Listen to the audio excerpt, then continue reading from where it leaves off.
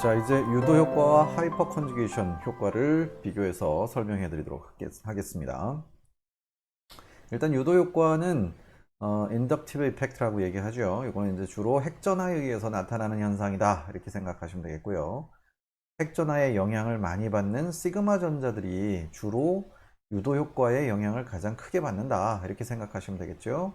그래서 이거 뭐 크게 제가 설명드릴 건 많지는 않습니다. 그러니까 멀리 떨어져 있는 원자라 할지라도 전기음 성도가 센 원자가 붙어 있다면은 직접 결합하지 않은 더 멀리 떨어져 있는 한 분자 내에 더 멀리 떨어져 있는 특정 원자에까지 전자밀도에 영향을 주는 그런 효과를 유도 효과다, 이렇게 생각하시면 돼요. 그래서 탄소들이 쭉 결합되어 있을 때 어딘가 끝에 할로젠 같은 게 붙어 있다면은 이 결합만 치우치는 것이 아니라 그 옆에 있는 시그마 전자도 미세하게 치우치게 되고, 그 옆에 있는 시그마 전자도 또 미세하게 치우치고, 그 옆에 전자도 역시나 조금씩 계속적인 영향을 받게 되는 이런 현상을 유도 효과라고 보시면 되겠고요. 그냥 단순하게 전기 음성도가 얼마나 강한가 약한가 그것만 딱 비교해 주시고, 그 다음에 거리가 얼마나 가까운가 먼가 이 정도만 비교하셔도 유도 효과는 크게 어렵지 않게 판단을 하실 수가 있습니다. 그런데 이제 한 가지 주의하셔야 될 점은, 파이 전자들의 경우는 이 유도 효과보다 더 다른 영향을 받을 확률이 더 높습니다. 그러니까 전자 밀도의 영향을 더 많이 받아요. 그래서 파이 전자들까지 다 똑같이 유도 효과로 생각하시면은 좋지 않다. 이거는 하나 기억을 해 두시는 게 좋겠네요. 그래서 인접하지 않은 멀리 떨어진 원자의 전자 밀도에 간접적으로 영향을 미치는 효과가 바로 유도 효과고요. 그래서 강한 전기 음성도, 핵전하가 강한 원자가 붙어 있을 때 이것들이 더 멀리까지 더 강한 유도 효과를 나타낼 수 있다. 그러니까 거의 전기 음성도 하나만으로 판단할 수 있는 개념, 그게 바로 유도 효과다, 이렇게 생각하시면 되겠습니다. 그래서 이 유도 효과는 제가 설명하는 거나 뭐 다른 선생님들이 설명하시는 거나 크게 차이는 없습니다. 자, 그런데 이제 여기에서 하이퍼 컨주게이션이라고 하는 개념이 나오죠. 물론 이제 대부분의 유기화학 교재에 등장하고 있는 하이퍼 컨주게이션 개념보다 저는 좀 많이 확장을 시켜 놓은 하이퍼 컨주게이션 개념을 설명드리고 있는 거고요. 여기서 이제 혼동이 좀 없으셨으면 좋겠습니다. 제가 생각하는 하이퍼 컨주게이션 개념은 동일한 평면에 놓인 인접한 두 원자들이 가진 오비탈들, 그 오비탈들이 서로 주고받는 영향을 모두 하이퍼 컨주게이션 개념으로 설명을 하고 있어요. 그러니까 이런 케이스들은 여러 가지가 있는데, 시그마 오비탈하고 시그마 스타 오비탈, 그 다음에 시그마 오비탈이랑 파이 스타 오비탈, 그 다음에 시그마 오비탈이랑 시그마 오비탈, 파이 스타 오비탈하고 뭐 또 시그마 스타 오비탈, 이런 종류들, 종류별로 각가지 여러 가지 종류들이 다 서로 영향을 주고받을 수 있다. 또 하나 더 추가하자면 시그마 스타와 시그마 스타 오비탈 사이에도 상호작용을 주고받을 수 있다라고 생각을 하시는 게 좋습니다. 그래서 여기를 이제 좀 더 상세히 설명하면 좋겠는데, 이 상세한 설명은 사실은 그 기초과정 이론에서 어느 정도 설명이 다 돼 있기 때문에요. 그거는 제가 기초과정에 이 부분 설명한 거를 밑에 링크로 걸어 드릴 테니까 그거를 한번 참고해서 다시 한번 보시는 게 좋겠고요. 여기서는 핵심만 이제 소개하는 거니까요. 그래서 범위를 확장시켜서 생각해 보면은 거의 모든 오비탈들은 이웃 자리에 최단 거리에 놓일 때 서로 영향을 줄 수밖에 없다, 그런 얘기죠. 그러니까 한마디로 탄소하고 탄소가 결합이 돼 있는데, 이건 시그마 결합이니까 이건 뭐 하이퍼 컨주게이션 같은 거 생각하지 마시고요. 여기에 뭔가 X가 붙어 있고, 그럼 이게 시그마 결합인데 여기에 시그마 스타하고 최단 거리에 놓여 있는 건 그 옆에 있는 다른 시그마 오비탈이란 말이에요. 그럼 이 둘 사이에는 어쨌든 상호작용을 할 수밖에 없어요. 만약에 이 X가 C 쪽으로 전자를 밀어주게 된다, 그럼 여기 전자밀도가 높아져서 델타 마이너스가 되겠죠. 그럼 여기도 전자밀도가 높으니까 서로 반발을 하는 그런 영향을 주고받게 될 거고요. 만약에 얘가 전자를 땡겨버린다, 그럼 여기에 델타 플러스가 걸리겠죠. 그러면 이제 여기에 있는 시그마 전자는 전자밀도가 높고 여기 시그마 스타는 전자밀도가 낮으니까 전자를 끌어당기는 이런 효과들이 발생을 할 것이다 하고 예상을 하시면 좋겠네요. 심지어는 탄소하고 탄소에 여기에 시그마 스타 오비탈이 있고 이쪽에 또 X가 붙어 있고 여기 만약에 H가 붙어 있다라고 할 때 여기도 시그마 스타가 그 동일한 평면에 놓이게 된다면 여긴 델타 플러스가 되고요. 여기는 아주 약한 델타 마이너스가 되겠지만 여기에서도 전자를 끌어당기는 효과가 생겨서 이 시그마 전자가 이 방향으로 치우치는 이런 효과들이 나타날 수도 있다라는 것들, 이런 것들을 전부 개념을 정리시켜 놓은 것이 바로 하이퍼 컨주게이션 개념이다. 요거는 이제 직접적으로 어디에서 연결을 시켜서 제가 설명을 많이 하게 되느냐, 요거 뒤에 따라 나오는 여러 가지 논문 반응 예시에서 이런 것들이 실제로 메커니즘을 판단할 때 굉장히 유용하게 써먹을 수 있다, 유용하게 사용될 수 있다라는 것을 증명해서 보여드릴 겁니다. 이걸로 설명하면은 뭐 외울 거 그럴 게 없어져요. 그래서 굉장히 간단하게 유기 반응 메커니즘을 유추해낼 수가 있고, 실제로 분자 내에서 전자들이 어떤 식으로 어떻게 이동해 다니게 될지를 정확하게 예측하는데 아주 유용한 방법이다 라고 보시면 되겠네요.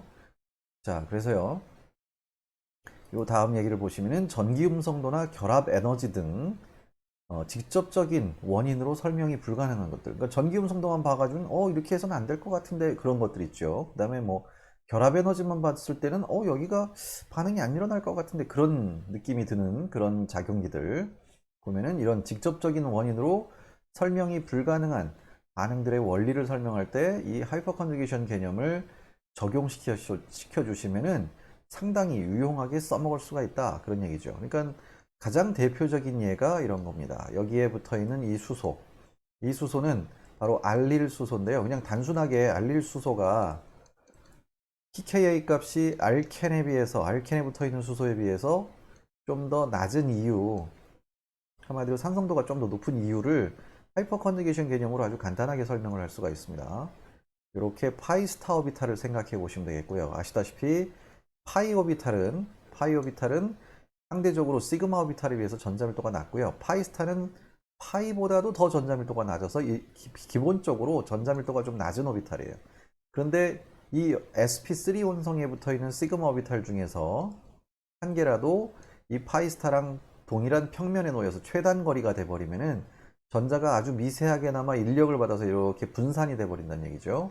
그러면 상대적으로 여기에 있는 전자가 이렇게 두 원자 사이만 왔다 갔다 하는 게 아니라 살짝이라도 옆으로 치우쳐서 움직이게 되면은 수소 쪽에서 전자가 발견될 확률이 상대적으로 떨어지게 됩니다. 따라서 여기에 미세하게나마 델타 플러스가 걸리게 되니까 전자쌍 밖으로 작용할 확률이 더 높아진다, 이런 것도 설명할 수 있고요. 또 하나, 그러면서 마찬가지로 여기에 전자가 이렇게 분산이 돼 버리면 두 원자를 묶어주는 결합으로서의 기능이 약화되겠죠.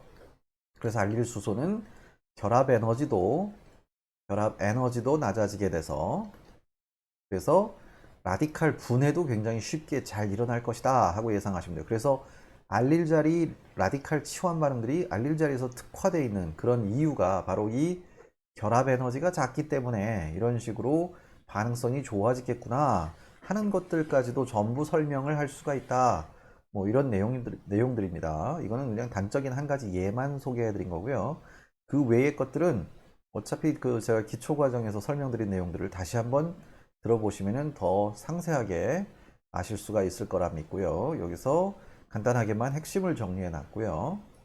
자, 그 다음에 이제 전자밀도, 분자 내의 전자밀도를 이제 파악할 때 주의해야 될 사항들, 그것들을 몇 가지 소개해 드리자면은, 질소나 산소, 그 다음에 할로젠 원소들은 플러스 형식 전하를 띠고 있다 하더라도 원자의 전자밀도가 낮아졌다라고 생각하는 거는 썩 좋은 방법은 아닙니다. 그러니까 뭐 그렇다고 해서 전자밀도가 낮아졌다, 높아졌다, 그게 뭐 잘못됐다는 얘기는 아닌데, 혹시라도 어떤 이렇게 구조에 산소의 플러스 전하가 이렇게 생겨져 있다라고 한다면 대부분의 학생들이 친액체 같은 걸 넣었을 때 음전하를 가진 애가 양전하로 이렇게 가지 않겠냐 하고 착각을 하기가 쉬워요. 근데 절대 이렇게 갈 수가 없습니다.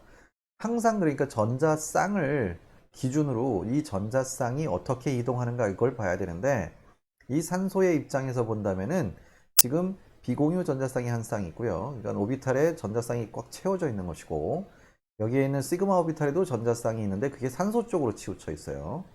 여기에 있는 시그마 전자도 산소 쪽으로 치우쳐 있고요. 옆에가 탄소니까 파이 전자도 산소 쪽으로 치우쳐 있습니다. 그러면 산소 쪽에 결합성 오비탈도 전자가 모두 채워져 있는 것이고, 또 전자를 그렇게 하면 받아들일 수가 없으니까 반결합성 오비탈까지도 생각해 보시면요. 시그마 전자가 산소 쪽으로 치우치면은 산소 쪽의 시그마 스타에서 전자가 발견될 확률이 탄소 쪽보다 오히려 높은 거예요. 그래서 델타 마이너스입니다. 여기도 다 델타 마이너스가 걸려 있어요. 그러면 이 산소는 플러스 전하를 띠고 있더라도 전자를 받아들일 수가 없는 산소예요. 전자 밀도가 다 높은 오비탈들밖에 없어요. 결합성 오비탈뿐만 아니라 반결합성 오비탈까지도 모두 전자를 받아들일 만큼 전자 밀도가 낮아진 오비탈이 없다는 얘기예요. 그 대신에 이 산소의 바로 옆에 있는 이 탄소는 파이 전자가 이쪽으로 치우쳐 있으니까 여기 파이 스타가 전자 밀도가 낮아져 있는 상태겠죠. 따라서 친액체는 플러스 전하를 가진 원자로 직접 들어가는 것이 아니라 그 옆에 있는 원자에 반결합성 오비탈을 치고 들어가서 파이 전자를 이 방향으로 밀어붙이게 되는 이런 반응 메커니즘을 유추해내야 된다. 그런 것들을 여기서 설명하려고 하는 겁니다. 탄소의 경우만 이제 여기에 양전하가 이렇게 발생했을 때 여기에 비어있는 오비탈이 있기 때문에 거기로 전자를 바로 받아들일 수 있는 것이고, 질소나 산소, 할로젠 원소들은 절대 플러스 전하를 띠고 있다고 해서 본인 스스로가 전자쌍을 받아들이는 일은 없다. 이렇게 생각하시는 게 좋습니다. 형식 전하가 플러스여도 탄소를 제외한 이주기 원소들의 대부분은 전자를 받아들일 오비탈이 없어요. 지금 그 얘기를 한 거고요. 비어있는 오비탈이 없다면 반결합성 오비탈들이 전자를 받아들이게 되는데, 이 반결합성 오비탈도 주변의 원자들하고 상호작용을 이용해서 전자 밀도가 낮은가 높은가를 꼭 비교를 해봐야 된다는 얘기예요. 그래서 제가 기초과정에서도 이걸 소개한 적이 있는데, 퍼록시 애시드라고 하는 구조를 한번 생각해 보자는 얘기예요.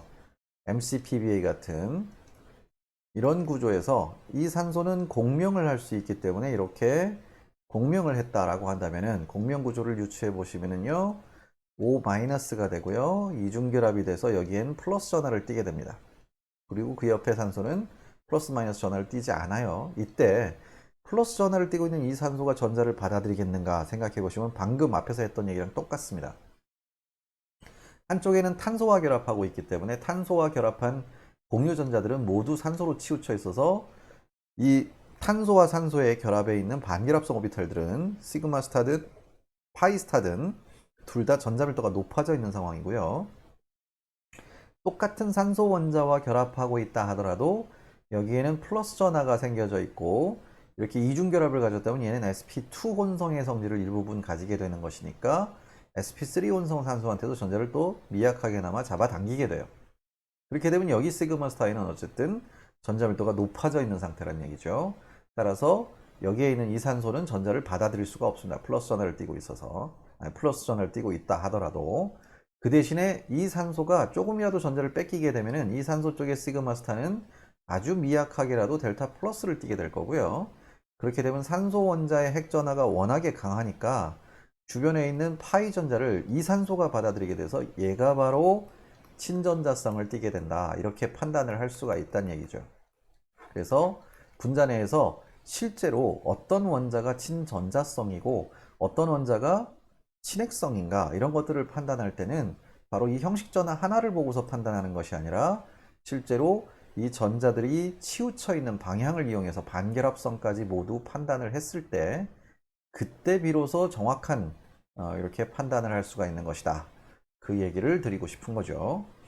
자, 그래서 바로 이웃에 결합한 원자의 오비탈을 보면은 전자 밀도를 파악하기가 더 쉬워지는데 대부분 여기를 좀 간과하는 편이 많죠. 그러니까 지금도 보시면은 이 원자 하나만 볼 것이 아니라 그 옆에 있는 이웃에 있는 원자들이 어떤 상태로 어떻게 결합을 해서 전자들이 어느 방향으로 치우치겠는가 이런 것들을 판단하면 전자 밀도를 파악하기가 쉬운데 이걸 생각 안 하고 요거 하나만 보니까 자꾸 잘못된 판단을 하게 된다는 얘기죠. 그래서 항상 전자의 운동에 영향을 주는 요소는 핵전하 아니면 전자 간 반발뿐이라는 것을 명심하시고, 파이 전자든 시그마 전자든 어떤 쪽이 더 핵전하를 강하게 받을 거며 또 전자 간 반발이 어디에서 더 강하게 발생할 것인가 이런 것들을 같이 염두에서 보시면은 분자 내의 전자 밀도를 좀 더 정확하게 판단하는 척도가 된다라고 볼 수 있겠고요. 탄소 차수, 그 다음에 공명, 이웃 작용기, 입체적 배열 이런 것들이 분자 내 원자들의 전자 밀도와 완전히 연관이 되어 있기 때문에 이것들을 동시다발적으로 항상 생각해주는 그런 습관을 들여야 됩니다. 그러니까 말 그대로 CO 더블 본드가 옆에 있고 옆에 뭔가가 있다라고 한다면 여기에 있는 수소가 무조건 뭐 산성도가 더 높아진다 이렇게 생각할 것이 아니고요. 이 구조가 어떤 구조인가? 그래서 이 산소가 파이 전자를 강하게 잡아당기니까 이 탄소에 있는 파이 스타 오비탈이 전자밀도가 낮아져서 여기에 있는 시그마 전자를 잡아당기게 되면은 이 수소의 산성도가 높아지겠구나 하고 예상할 수 있는데, 이걸 만약에 이렇게 브리지드 컴파운드에서요, CO 더블 본드가 있고 여기에 있는 수소들이 이런 식으로 붙어 있는데요, 여기에 파이 스타 오비탈하고 별로 동일한 평면이 놓이기가 좀 쉽지 않은 상황이에요. 그렇다면은 이런 수소들의 경우는 이렇게 자유롭게 회전이 가능한 결합에 붙어 있는 수소보다는 이 파이 스타와 오버랩이 될 확률이 상당히 낮기 때문에 상대적으로 이 수소들은 산성도가 일반적인 카보닐 알파 위치에 붙어 있는 수소보다도 조금 떨어지게 되는 그런 경향성이 나타날 수 있습니다. 그러니까 여기에 있는 입체적 배열이라든지 이웃자리하고의 작용계하고 어떻게 상호작용을 하게 될지, 이런 것들을 입체적으로 좀 같이 생각을 해보시면요, 여기는 전자밀도가 그래서 좀 더 높고 여기는 그래서 전자밀도가 좀 더 낮고, 이런 것들을 좀 더 세밀하게 관찰을 할 수 있다. 그런 점들을 2단원에서 제가 제일 중점적으로 설명을 하고 있습니다. 실제로 이것들도 역시 마찬가지로 저 뒤에 논문 반응 예시에서 하나씩 하나씩 실제로 적용을 시켜드리면서 또 소개를 해드릴 시간이 분명히 있을 거고요. 그래서 이 단원은 이렇게 해서 정리를 마무리 짓도록 하죠. 바로 연결해서 이제 3장을 들어가 보시게 되면요, 유기화합물의 구조입니다. 여기는 간단하게만 설명을 할 건데요. 알케인의 경우 다들 잘 알고 있다고 생각하지만 좀만 더 입체적으로 생각하자라는 얘기예요. 알케인은 무조건 입체입니다. 그래서 sp3 혼성탄소들은 사면체 꼭지점 방향으로 다른 원자들과 결합을 형성하기 때문에 전부 입체적인 구조를 형성하고 있다. 그것을 항상 명심하셔야 되겠고요.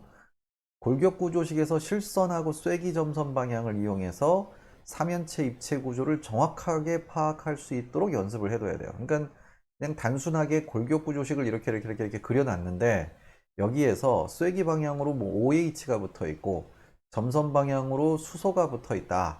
그리고 이때 옆에는 만약에 점선 방향으로 메틸기가 붙어 있고 여기에 쐐기 방향으로 수소가 이렇게 붙어 있다. 이런 구조에서 뭐 POCl3 같은 E2 제거 반응하는 그런 시약을 이용해서 제거 반응을 일으켰다라고 하게 되면요, 이때 이 OH하고 함께 제거 가능한 수소는 이 수소인데, 그냥 단순하게 이게 제거되겠지 하고서 그냥 결합선, 최종 생성물의 결합선을 이렇게 그려버리시면 이거는 틀린다는 얘기예요. 왜냐하면 지금 딱 쐐기로 표시되어 있는 이 두 개가 위로 아래로 이렇게 붙어 있는 게 아니라 둘 다 앞으로 돌출되어 있다는 것을 명심해야 됩니다. 실선이 항상 평면에 있는 거고요, 쐐기와 점선은 평면에서 벗어난 입체적 배열을 얘기하는 거예요. 그렇다면은 여기에 쐐기 방향하고 여기 점선 방향이 안티 배열에 놓여 있는, 다시 말해서 이 쐐기 방향하고 이 점선이 동일한 평면에 놓여 있으니까 여기에 시그마 스타하고 이렇게 상호작용이 가능해지는 거죠. 그래서 이런 것들을 회전을 시켜서 이 수소를 회전시키고 메틸기도 회전시키고 여기에 결합을 회전시켜서 정확하게 안티배열을 완성시킨 다음에 실제로 E2 제거를 해보시면요, 이 구조가 이렇게 시스 배열로 변화하겠구나 하는 것을 예상해낼 수 있어야 된다. 뭐 그런 점들을 소개하고 있는 거고요. 그래서 골격 구조식만으로도 안티, 고우시 배열 및 이클립스트 배열을 판단하는 연습이 먼저 선행이 되어 있어야 됩니다. 이걸 언제 어디서건 딱 보자마자 이 결합과 이 결합은 같은 평면에 놓여 있고 이 결합과 이 결합은 절대 같은 평면이 아니겠구나, 이게 한 방에 보일 수 있게끔 연습을 많이 해 두셔야 된다는 얘기예요. 이런 거 연습하시는 분들 그렇게 많이 못 봤어요. 그러니까 미리 구조를 정확하게 파악하고 나서 반응 메커니즘을 거기다 더 씌우는 것이지, 반응 메커니즘을 하다가 그냥 구조를 알아본다 이렇게 하는 거는 옳지 못하다, 그런 얘기예요. 3차원 공간에서 결합성 오비탈과 인접한 원자의 반결합성 오비탈, 이 반결합성 오비탈을 계속 얘기하고 있는데, 반응이 일어날 땐 무조건 반결합성 오비탈로 전자들이 이동한다는 걸 명심하셔야 됩니다. 왜? 반응이 일어난다는 얘기는 결합이 끊어지고 새로운 결합이 형성된다는 얘기인데, 결합을 유지할 때가 아닌 결합이 끊어지고 붙고 할 때는 무조건 반결합성 오비탈로 전자들이 이동하게 돼 있어요. 그래서 반결합성 오비탈을 생각하지 않고 메커니즘을 생각한다는 것 자체가 모순이 생길 수가 있어요. 그래서 이거를 꼭 생각해 주셔야 된다 그 얘기죠. 그래서 반결합성 오비탈들의 배열을 파악하면은 반응 메커니즘을 이해하기가 월등하게 편해집니다. 제가 계속해서 이제 반응 메커니즘 설명할 때 이 반결합성 오비탈들을 끊임없이 등장을 시킬 테니까 한번 보세요. 이게 훨씬 쉽습니다. 그리고 반결합성 오비탈이 그렇게 어려운 내용이 아니에요. 그냥 결합성 오비탈의 양쪽 반대 방향에 각각 한 개씩 한 개씩, 그게 다 반결합성 오비탈일 뿐이에요. 그냥 결합성 오비탈 보는 것처럼 반결합성 오비탈도 당연히 있겠지라는 것만 생각할 수 있으면 다 끝난 겁니다. 그렇게 어려운 얘기가 아니에요. 사술구조 알케인은 모든 결합이 비교적 자유롭게 회전이 가능하므로 항상 가장 적은 긴장이 걸리는 구조로 존재할 확률이 높겠다라고 예상할 수 있고요. 고리구조 알케인은 고리 내의 결합이 회전이 안 되기 때문에 특정 배열만 가능하지만 그러한 경우에도 역시 그 중에서 가장 적은 긴장이 걸리는 구조로 존재할 확률이 높다. 물론 일부 제약이 있죠. 그 윙플립이 안 되는 구조들 같은 경우에는 한 가지 배열로 항상 고정되어 있을 것이다. 이런 것들 스스로 생각하고 판단할 수 있도록 미리미리 구조를 연습해 두셔야 되는 거고요. 그 다음에 결합각 긴장이 발생하는 고리 구조는 고리 내의 결합은 약해지게 되고요. 왜 긴장이 걸렸으니까 그만큼 약해지겠죠. 근데 그 약해진 만큼 고리 바깥에 있는 결합은 강해진다. 이런 것들 기억을 해두시면 아주 편리합니다. 예를 들자면은 이런 경우를 얘기하는 거예요. 이렇게 삼각형 고리 구조는 고리 내부의 결합각 긴장이 매우 크죠. 그래서 삼각형 고리 내에 있는 CC 결합은 굉장히 약해져 있는 아주 약한 시그마 결합이다 이렇게 보셔야 돼요. 근데 바깥쪽으로 만약에 CH3가 붙어 있어요. 그럼 여기 CC 결합은 이 고리 긴장이 굉장히 많이 걸려 있으니까 이 결합들이 약해졌으면, 약해졌다는 얘기는 결합 길이가 늘어났다는 얘기예요. 결합 길이가 늘어나면 그만큼 전자쌍이 양쪽 탄소 원자 사이를 왕복 운동할 때 걸리는 시간이 오래 걸리다 보니까 각 탄소마다 전자 밀도가 상대적으로 낮아져 있는 상태입니다. 그러면은 그 낮아진 전자 밀도를 긴장이 하나도 걸리지 않는 바깥쪽의 결합 전자쌍을 잡아당기는 형식으로 해서 채우려고 하기 때문에 이 고리 내부의 결합은 길어지고 고리 바깥의 결합이 짧아지는 이런 경향성을 가지게 됩니다. 이게 사각형, 오각형, 육각형으로 가면 갈수록 점차로 고리 바깥의 결합들이 고리 내부의 결합하고 긴장이 비슷해지니까 여기는 결합 길이가 거의 똑같고요. 여기는 조금 짧고 여기는 좀 더 많이 짧고 여기가 가장 짧은 이런 방식으로 약간씩 추세가 나타나겠구나 하는 것들을 예상하실 수 있어야 된다. 그 점을 이제 여기서 소개를 해드리고 있는 겁니다. 이런 것들이 이제 알케인에서 우리가 좀 많이 신경을 써야 되는 개념들, 이런 것들을 설명해 놓은 거고요. 두 번째로 알켄의 경우 이제 여기엔 파이 결합이 있다는 게 제일 중요한 거죠. 파이 결합의 경우 약한 결합이라는 거 뭐 이 정도만 알아가지고는 안 되고요. 어찌됐든 sp2 혼성 탄소들을 가지는 평면 구조니까 구조는 평면 구조니까 비교적 구조 파악이 쉽습니다. 그냥 다 평면에 있어요. 그러나 sp2 혼성 탄소의 이웃 자리에 있는 sp3 혼성 탄소들이 가지는 오비탈과의 상호작용을 좀 잊어버리기 쉽다 그런 얘기죠. 그러니까 탄소하고 탄소가 평면에 이렇게 놓여져 있으면은 이 옆에 만약에 CH3가 있다라고 할 때 여기에 있는 CH3의 시그마 결합들이 과연 어느 방향으로 어떻게 뻗어 있을까 이것도 한번 생각해 봐야 된다는 얘기예요. 파이 전자가 이렇게 위아래로 이 시그마 결합이 이루는 평면에 대해서 수직한 방향으로 파이 결합을 형성하고 있으면 방금 앞에서도 얘기했던 것처럼 양쪽 귀퉁이에는 파이스타가 있습니다. 파이스타. 아시다시피 파이스타는 아까도 얘기했던 것처럼 부분적으로 전자밀도가 상당히 낮은 편이기 때문에 전자밀도가 상대적으로 높은 시그마 전자 중에 한 쌍은 이 세 개의 시그마 전자 중에 한 쌍은 반드시 여기에 있는 파이스타와 최단 거리에서 인력을 약간이라도 작용시키고 있기 때문에 동일한 평면에 놓이게 된다라는 것을 항상 생각해 줘야 돼요.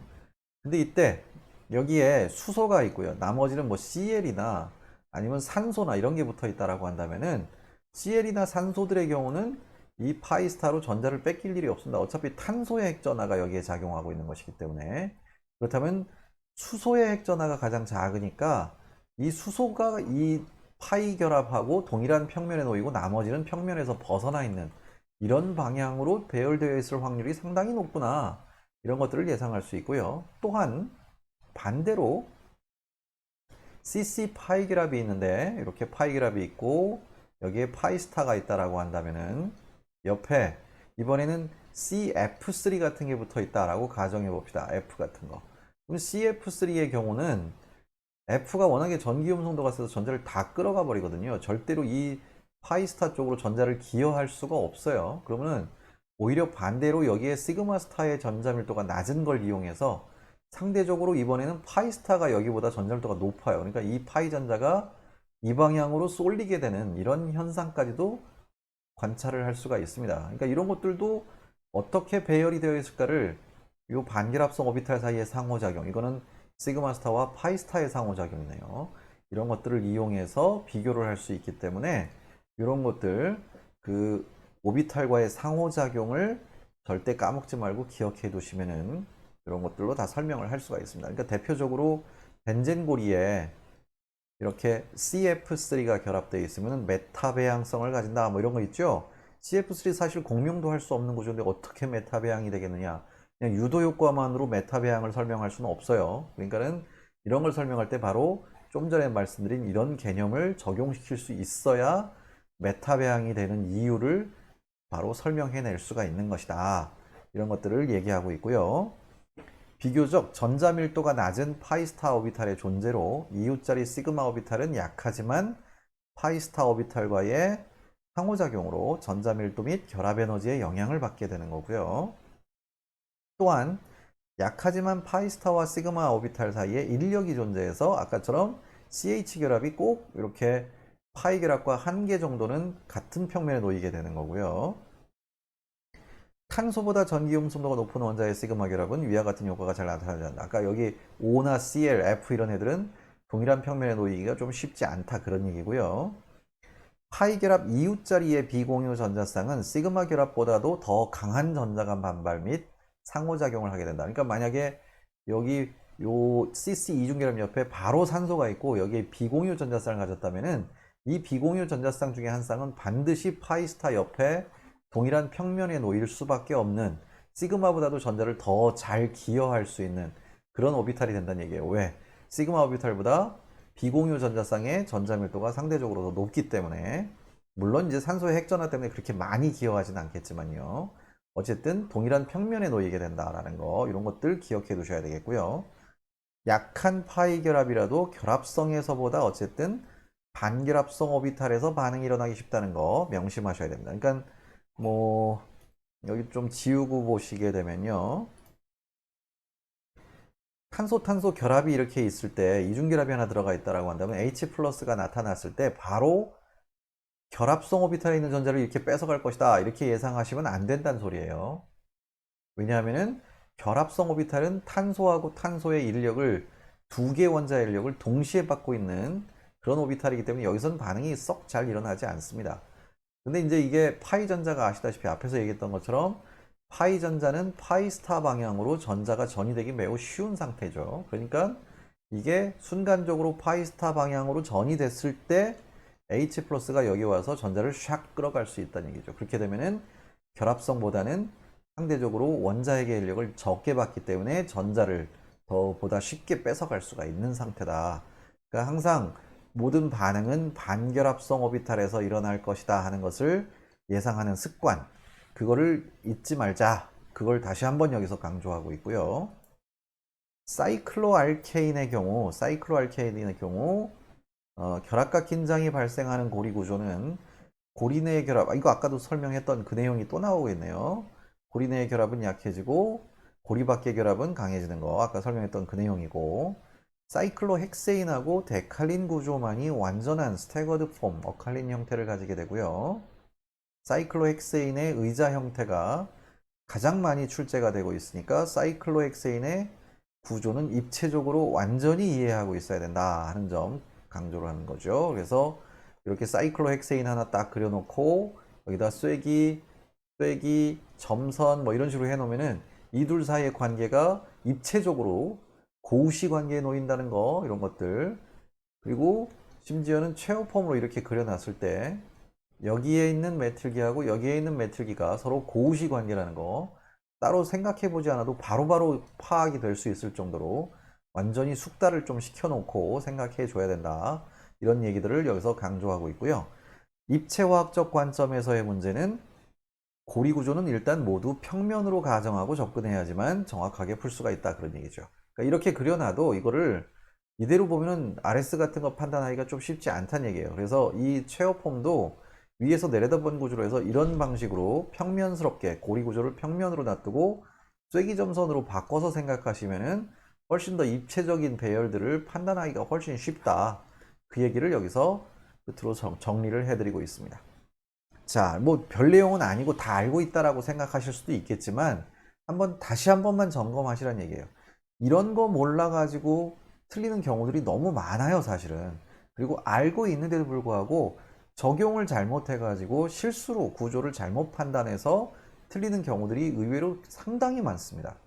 반응 메커니즘 정확하게 다 알고 있는데도 불구하고 구조를 잘못 판단해서 틀리거나 또는 구조 파악을 잘못해가지고 메커니즘을 잘못 판단하게 된다거나 이런 일들이 여러분들이 그 시험 봤을 때 틀리는 문제들이 거의 대다수예요. 그래서 이런 것들을 절대로 잊지 마시고 다시 한번 점검하시고 정말 제대로 숙달이 되어 있는가 이거부터 먼저 확인하신 다음에 반응 문제들을 한번 접근해 봐라. 그래서 강조하기 위해서 이렇게 정리를 한번 쭉 해봤습니다. 여기까지가 이제 뭐 반응 얘기 없이 뭐 반응 논문 반응 예시들 살펴보기 전에 제가 정리해 드릴 수 있는 마지막 내용을 다 끝까지 봤다라고 보시고요. 이 다음부터는 이제 바로 그 각각의 반응들, 그래서 반응들에서 어떻게 이런 지금까지 정리해 드렸었던 내용들이 어떻게 적용이 되는가 하는 것들을 실제 예시를 가지고 쭉 진행하는 형태로 해서 심화 과정을 진행하도록 하겠습니다.